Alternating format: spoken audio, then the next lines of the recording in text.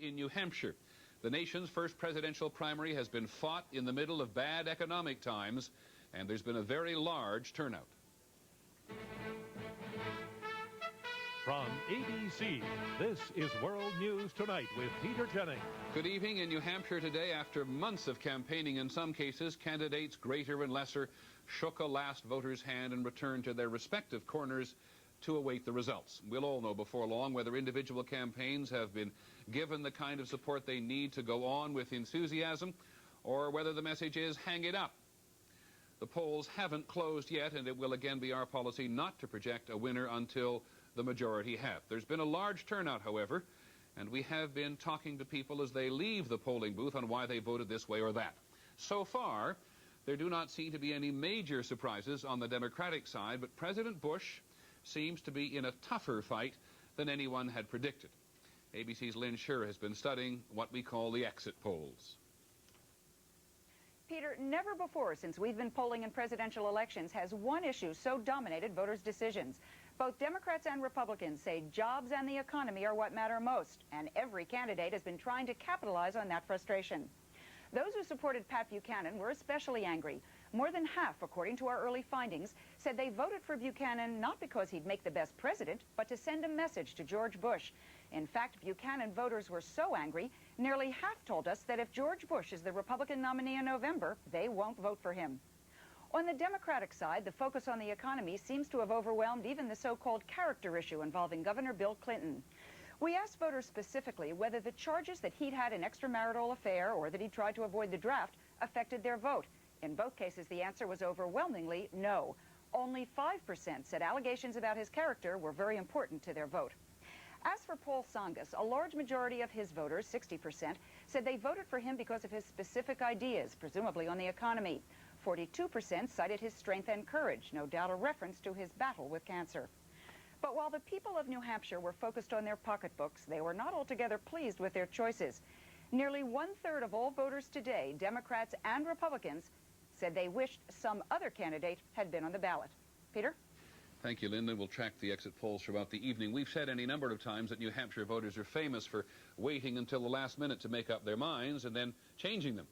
ABC's Jim Wooten, who has been in New Hampshire for several weeks now, has been following 4 of them, who, as you'll see, have tended to live up to their reputations. And, I thank God for that. I mean, I'm glad it worked that way. But here's a man who's trying to take care of his wife. Elaine Timmerman, undecided Democrat, social worker. Her husband, Mark, undecided Republican, doctor. If they want to take care of their own family members. Mark is very unhappy with the president and leaning toward Buchanan. Elaine likes Clinton and Tsongas. So I'm kind of going back and forth with with those two, pretty much. What's happened in the 1980s? A few hours later, Harry and Marjorie Nelson are candidate shopping. Kerry's on their list, but not by himself. I'm thinking about either Clinton or Kerry or Tsongas right now. So is Harry, a phone company systems analyst. He's looking for credibility. Does he have a realistic platform? Do I think he could accomplish it? Kerry gets a standing ovation. The Nelsons keep their seats.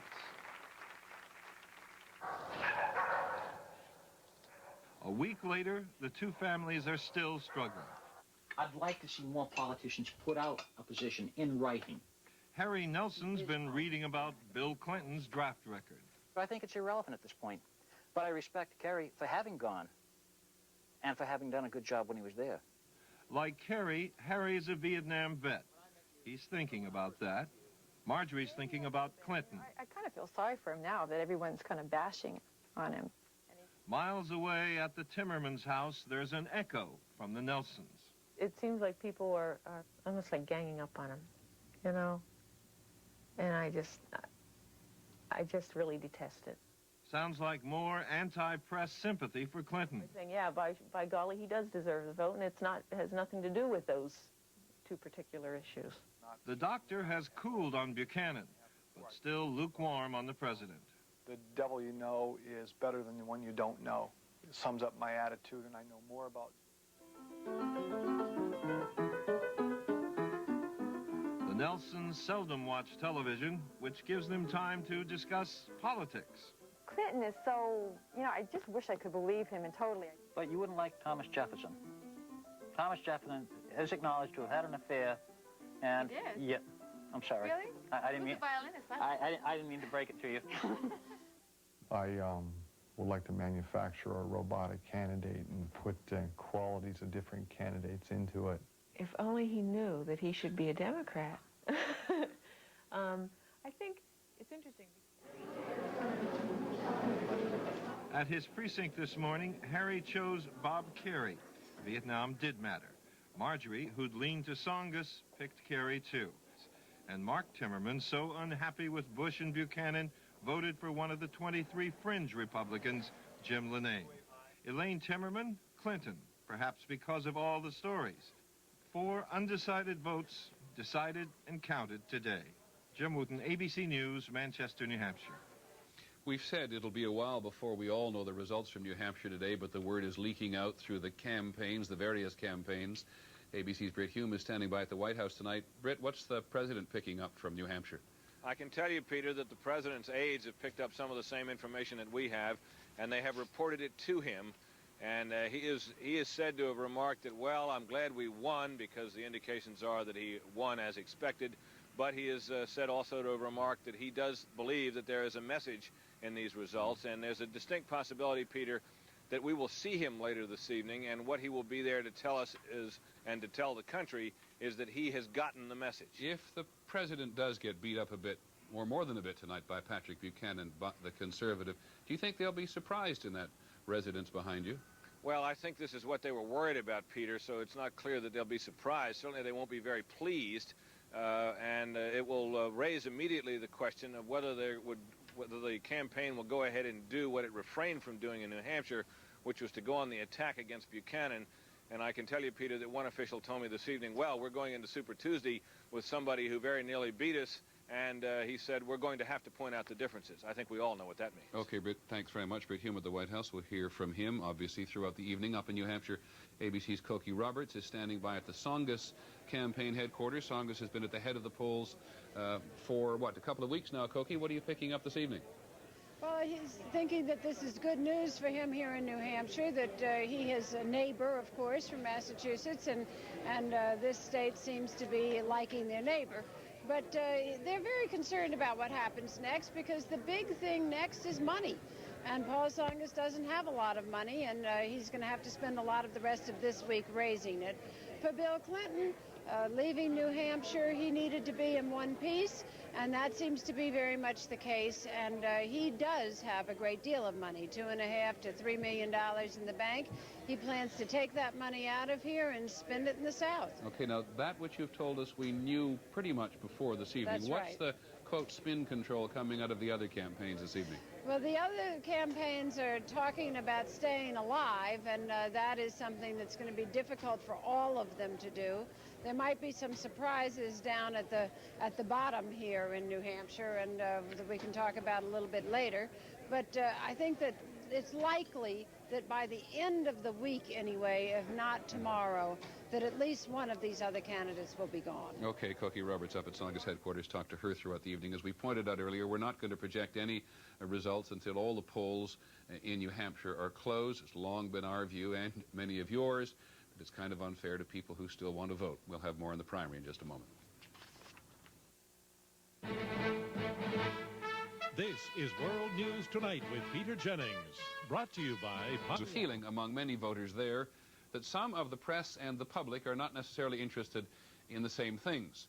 And a feeling that much of the press, which has descended on the state in such huge numbers, is actually cutting the candidates off from the voters.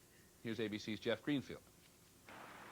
Good to see you. Nice to see you. Thank you for stopping. Here in New Hampshire, far from the madding crowds, ordinary men and women get to meet those who would lead them one-on-one, face-to-face, up close and personal.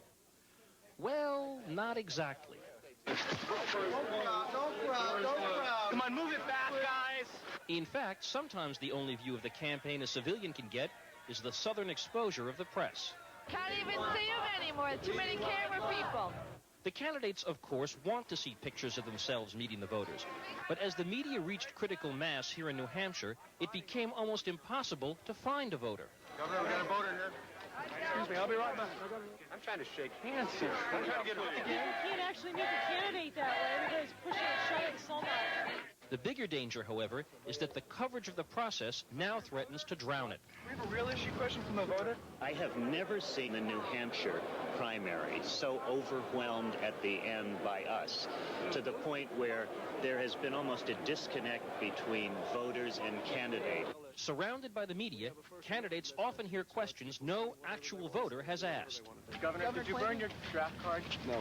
Now, here's a guy trying to talk about issues. He can't get off that to talk about issues because he's forced to talk about what the press considers an issue. Some reporters, who usually reject the kinds of barriers the Secret Service puts between them and candidates, now see merit in limiting access. There is good, strict separation between candidate, press, and public. Result, candidate meets voters. Reporters meet voters while they're meeting Bush. It is easier. But candidates may not agree. For them, chaos may be a measure of their political success. The only thing worse than the press being here is they're not being here. Watch out, guys, you're going to fall. If only the press would behave. Jeff Greenfield, ABC News, Manchester. Well, now we say with every election, at least from our point of view.